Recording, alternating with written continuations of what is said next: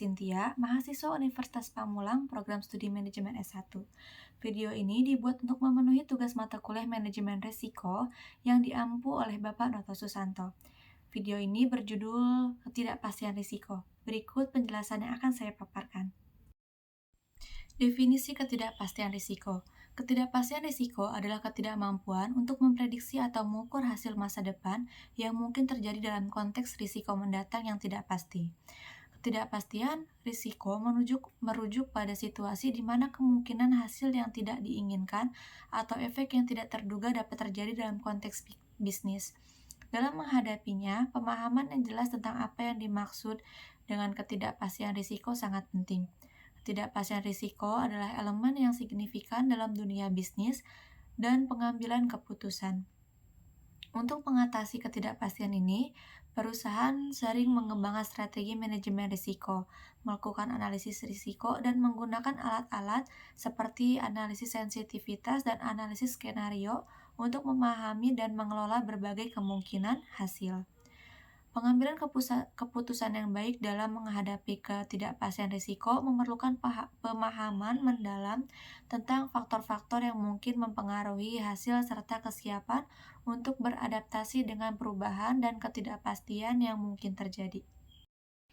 Berbagai faktor dapat menyebabkan ketidakpastian risiko dalam bisnis, seperti perubahan regulasi, fluktuasi pasar, perubahan kebijakan politik, dan faktor internal perusahaan itu sendiri. Memahami dan mengidentifikasi faktor-faktor ini adalah langkah awal untuk mengatasi ketidakpastian risiko. Berikut beberapa contoh yang dapat menyebabkan ketidakpastian risiko. Yang pertama ada perubahan regulasi dan kebijakan. Misalnya, perubahan pajak, peraturan, lingkungan, atau regulasi keuangan dapat menciptakan ketidakpastian. Yang kedua, fluktuasi pasar. Fluktuasi mata uang asing, harga komoditas, atau siklus bisnis adalah contoh-contoh faktor yang dapat mempengaruhi pasar. Yang ketiga ada perubahan teknologi. Perkembangan teknologi yang cepat dapat menciptakan ketidakpastian risiko dalam bisnis. Perusahaan yang tidak mampu mengikuti perkembangan teknologi dapat kehilangan daya saing. Selanjutnya ada perubahan politik. Perubahan dalam kebijakan politik seperti pemilihan pemimpin baru atau perubahan dalam hubungan internasional dapat mempengaruhi stabilitas dan kondisi bisnis. Selanjutnya ada ketidakpastian pasokan. Gangguan dalam rantai pasokan, bencana alam, atau masalah lain yang mempengaruhi pasokan barang atau jasa dapat menciptakan ketidakpastian operasional. Selanjutnya ada kondisi ekonomi global. Gejolak ekonomi global seperti resesi atau krisis keuangan dapat mempengaruhi bisnis di seluruh dunia. Selanjutnya ada faktor internal. Perusahaan dalam manajemen, perubahan struktural, masalah keuangan internasional, atau perubahan dalam budaya perusahaan dapat menjadi faktor internal yang menciptakan ketidakpastian. Perkembangan persaingan. Persaingan yang meningkat atau muncul persaingan baru dapat mempengaruhi proyeksi bisnis dan strategi perusahaan. Dalam perubahan konsumen dan preferensi. Perubahan dalam perilaku konsumen, tren, atau preferensi dapat mempengaruhi permintaan produk atau pelayanan. Selanjutnya ada perubahan lingkungan. Perubahan lingkungan fisik seperti perubahan iklim atau bencana dapat mempengaruhi operasi bisnis. Mengidentifikasi faktor-faktor ini dan memahami dampak potensial mereka membantu perusahaan merencanakan dan mengambil tindakan untuk mengelola ketidakpastian risiko.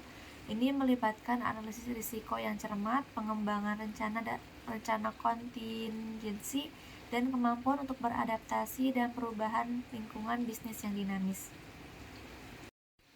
Selanjutnya ada jenis-jenis ketidakpastian risiko. Yang pertama ada risiko finansial, risiko operasional, dan risiko reputasi. Adalah 3 jenis risiko yang berbeda yang dihadapi oleh perusahaan. Berikut penjelasan singkat tentang masing-masing risiko. Yang pertama ada risiko finansial. Risiko finansial adalah risiko yang terkait dengan keuangan perusahaan. Ini mencakup risiko-risiko seperti fluktuasi mata uang asing, perubahan suku bunga, perubahan nilai aset, dan likuiditas. Risiko finansial dapat mempengaruhi kesehatan keuangan perusahaan. kemampuannya untuk memenuhi kewajiban dan hasil investasi. Yang kedua ada risiko operasional. Risiko operasional adalah risiko yang terkait dengan operasi sehari-hari perusahaan.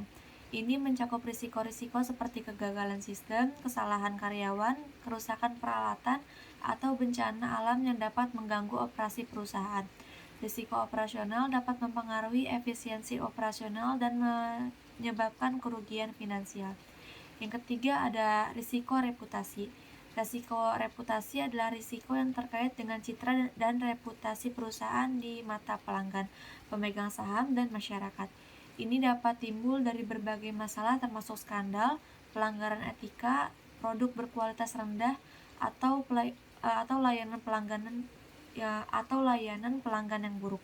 Risiko reputasi dapat memiliki dampak jangka panjang terhadap hubungan dengan pelanggan dan kredibilitas perusahaan. Ketiga jenis risiko ini seringkali saling terkait dan perusahaan perlu mengelola mereka secara efektif. Strategi manajemen risiko melibatkan identifikasi, evaluasi, dan pengendalian risiko-risiko ini untuk meminimalkan dampak negatifnya pada perusahaan.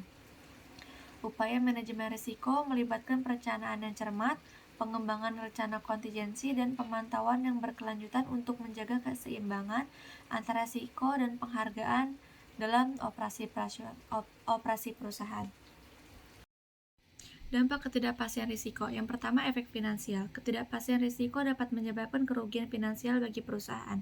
Yang kedua, ada gangguan operasional. Risiko tak terkendali dapat mengganggu proses operasional bisnis.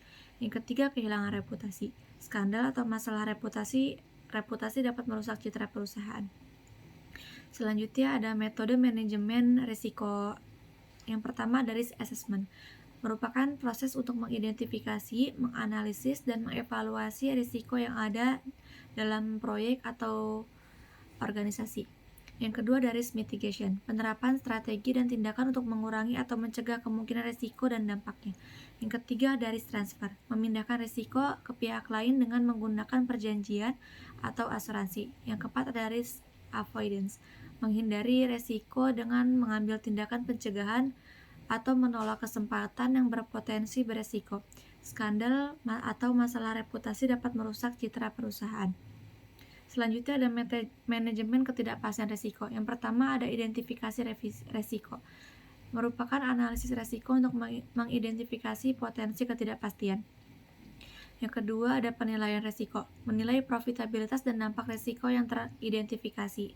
Yang ketiga ada pengendalian risiko, mengembangkan strategi dan tindakan mitigasi untuk mengurangi risiko.